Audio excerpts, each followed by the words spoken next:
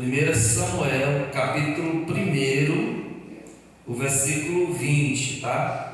1 Samuel, capítulo 1, versículo 20. Senhor, abençoa esta palavra, Pai. Nós viemos compreendê-la com o coração e também que ela seja guardada na nossa alma e espírito, para que nós sejamos uma bênção. Em nome do Senhor Jesus Cristo. Amém. Vamos ler então, que diz o seguinte: E sucedeu que, passando algum tempo, Ana concebeu e teve um filho, e chamou seu nome Samuel, porque dizia ela: O tenho pedido ao Senhor. E subiu aquele homem, Elcana, com toda a sua casa, a sacrificar ao Senhor o sacrifício anual e a cumprir o seu voto. Porém, Ana não subiu, mas disse a seu marido: Quando o menino for desmamado, então o levarei para que apareça perante o Senhor e lá fique para sempre.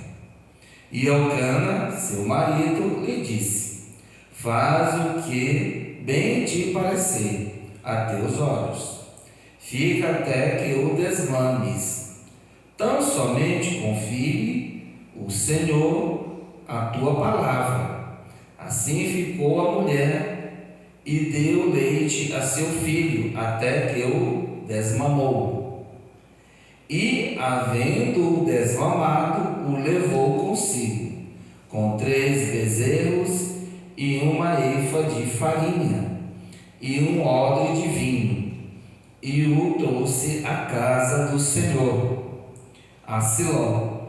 E era o menino ainda muito criança. E degolaram um bezerro, e assim o trouxeram o menino a Eli. E disse ela: Ah, meu Senhor, viva a tua alma, meu Senhor. Eu sou aquela mulher que aqui esteve contigo para orar ao Senhor.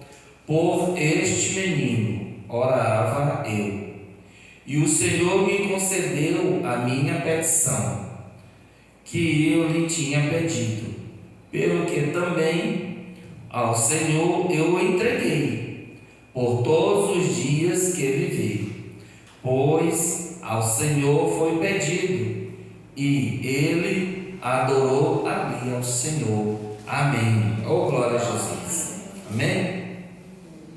Então, que nós vimos logo lá no começo, dando uma revisão das nossas pregações anteriores, das 2 últimas, que quem era Ana? Era uma mulher que não tinha filhos. Ela era a esposa de Elcana, mas ele tinha uma segunda esposa, que se chamava Penina, e essa tinha filhos e filhas. Essa Penina vivia molestando Ana, provocando, irritando, fazendo com que Ana perdesse a paciência. A vida de Ana qual era? Chorar. Era uma vida triste. Ela chorava constantemente, vivia cabisbaixo, vivia irritada. Ela não tinha sossego, ela não tinha paz. Vivia ali com seu marido, mas ela não tinha paz. Por quê? Porque a outra, em vez de ser sua amiga, tornou-se sua inimiga. Então, dentro da própria casa, ela tinha uma inimiga voraz, que vivia a atormentá-la. Qual era o objetivo da outra? Ser a primeira. Só não tomava a primazia ali, a situação, porque o marido amava a Ana demais. Porque ele tinha um amor muito grande por ela. Tanto que tudo, em primeira parte, era para ela. Ele tinha um cuidado especial. A outra era só uma mulher. mãe dos seus filhos, mas o seu amor verdadeiro era Ana. Está entendendo? A lei ali deu uma autorização para que ele tivesse uma segunda mulher para ter filhos, no lugar da primeira. Ali fizeram o quê? Vistas largas, né? Vistas largas. Mas aí, então, aquela mulher, a segunda, a irritava, atormentava, fazia a vida dela um inferno. Até que ela deu um basta naquela história e falou ao Senhor. Quando ela foi, falou a Deus, falou tudo que ela estava passando, todo o seu sofrimento, e falou a Deus, fez um voto. Naquela lamentação dela, naquela tristeza profunda, ela fez um voto. Quando ela derramou o coração ali aos pés do Senhor, ela ali se ajoelhou e começou a falar com Deus, e então ela fez um voto. Porque aquela vida não era uma vida feliz, era muita tristeza, era solidão, mesmo que o marido estava ali, mas ela se via só. Porque nem todo o tempo o marido estava ali para protegê-la. Porque com certeza a mulher também botava os filhos a outra contra ela. Porque qual era o sentido da segunda esposa? Dar filho para a primeira. Pelo menos o primeiro filho ficaria para a primeira, e os outros filhos seriam dela. Mas sabe que ela fez assim? Não, ela não fez assim. Ela ficou com os filhos para si e o espírito de inveja grandioso para tomar o lugar da outra. Ela queria que a outra então morresse, envenenasse, fizesse alguma loucura, se matasse, ou fosse embora para a casa dos pais, para que ela tomasse e se tornasse a dona da situação. Então ali ela falou com o Senhor e fez um voto: dá-me um filho, a única coisa que eu peço. Não quero nada para aquela mulher, não quero nem bem nem mal, não quero nada, não quero nem saber dela, não desejo mal para ela. Eu quero, não quero me livrar dela também, não quero que ela morra, não. Eu quero filho. Dá-me um filho. Nem que eu tenha que lhe entregar, eu entrego se for preciso, se for o caso. O Senhor me dá e eu lhe entrego. Eu só quero dar a luz e mostrar que o Senhor é Deus e que o Senhor pode fazer diferença na vida. Aleluia. E ali o Senhor concedeu a ela esse desejo. Deus atentou para aquele pedido. Por quê? Porque ela fez com o coração. Ela pediu com o coração, ela pediu com verdade. Porque nem toda oração é sincera.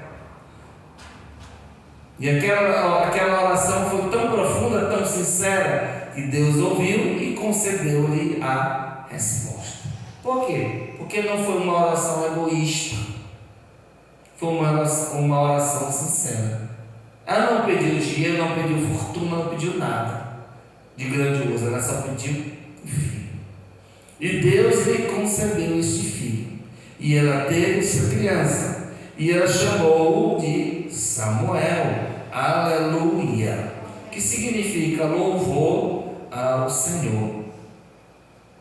E quando ela entregou Samuel, ela o entregou por toda a sua vida, por enquanto ele vivia, eu o entreguei. Então ela fez um voto tão sincero que esse voto funcionou do começo ao fim. Por quê? Porque ele foi resultado de um milagre. Deus abriu a madre dela para que ela pudesse conceber, ser mãe. E ele foi fruto do milagre do começo ao fim. Ele foi um homem que serviu a Deus do começo ao fim. Isso eu vejo interessante pela palavra com que ela disse, e essa palavra se cumpriu. Eu vou entregar ao Senhor enquanto ele viver. Enquanto ele tiver vida, será de Deus. E Samuel se desviou do caminho de Deus? Não! Morreu fiel ao Senhor. Do começo ao fim, ele não se desviou do caminho de Deus. Ele foi um homem sincero e andou nos caminhos do Senhor por toda a sua vida. Coisa que não aconteceu com Sansão. Que Sansão foram filhos. Se você for estudar a história de Sansão, do mesmo caso, Sansão, foi um fruto de um milagre. Um dia desses nós vamos estudar a história de Sansão para você ver como foi a contradição. E Sansão andou nos caminhos do Senhor? Não. Ele andou nos caminhos da perdição. Tudo o que o anjo dissera que não era para cortar o cabelo, não era para tomar bebida forte, era porque ele era um homem que nasceu por um milagre, então era para ele andar segundo o caminho do Senhor, segundo aquilo que o anjo havia dito. O que era o papel dos filhos? Qual era o papel dos pais? Qual era o papel da mãe e do pai? Meu filho, você tem que ser santo diante de Deus, porque você é fruto do milagre, do começo da sua vida ao final da sua vida. Não é para se desviar, era para ele ter tomado posse daquela bênção e ter determinado aquela bênção. Assim seja o nome do Senhor Jesus, será de Deus do começo ao fim. Tem de haver determinação. Tudo que nós tivermos na nossa vida, vamos determinar. Se é na área do estudo, se é na área do emprego, se é na área sentimental, se é no noivado, se é no namoro, faça tudo em nome do Senhor Jesus. Se você for comprar algo, compre, mas bote o nome de Jesus na frente. Quando você for comer também, coloque o nome do Senhor no meio daquela ação. Em todas as ações que formos praticar, peça a bênção do Senhor na sua vida. Que seja, como diz, do levantar ao deitar, porque o Senhor tudo sabe. E assim você terá uma vida abençoada. Porque algumas coisas na sua vida não dão certo e acaba dando com os burros na água, porque você não coloca Jesus na frente. Hoje foi o aniversário do irmão Wallace. Quando eu estava lá na mesa, na hora do almoço, eu observei que os jovens, nenhum pediu proteção a Deus ou bênção. Mas eu coloquei o meu prato na mesa e disse: Senhor, abençoe este alimento. Aleluia. Então eles ficaram olhando para mim. Eu digo assim: tem que ser. Devemos abençoar tudo que formos fazer. Para quê, pastor? Isso é tão insignificante? Não. Tem muita gente que morre engasgado por alimento. Tem muita gente que morre engasgada por um copo com água, ou por muita coisa pouca, por pouca coisa, até coisas menores. Então, e se envenenam com coisas tão pequenas que a gente pensa que é insignificante. Então, em tudo, vamos pedir a proteção de Deus, vamos determinar a bênção em nossa vida, para que a gente vá avante vitoriosos e não tenha uma vida frustrada. Uma vida frustrada, você tem os filhos, planeja o melhor para os filhos vão para o mau caminho. Os pais de Sansão tiveram que o enterrar. Por quê? Porque ele foi para o mau caminho. Ele morreu no meio dos filisteus, sendo uma atração de circo para eles, uma atração de diversão. Mas aí ele se vingou dos filisteus e morreram todos juntos, porque o templo do Deus dos filisteus caiu dessa boa. Ele acabou morrendo junto com eles, com os pecadores, com os ateus, e foram um desgosto.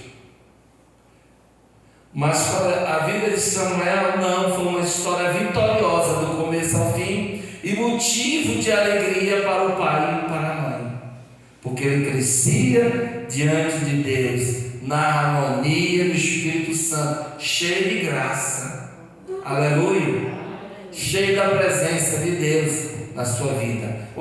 Ou seja, Deus era constantemente com ele era cheio da unção, da virtude do Espírito Santo, tanto que o Espírito Santo falava com ele diretamente, tanto em sonhos, quando foi o primeiro contato, quando ele disse Samuel, ele não entendia, ele pensava que era ele que estava lhe chamando, e novamente disse Samuel, ele corria e perguntava, Senhor, o que tu queres? Diga, estou aqui. E então ele entendeu que era Deus.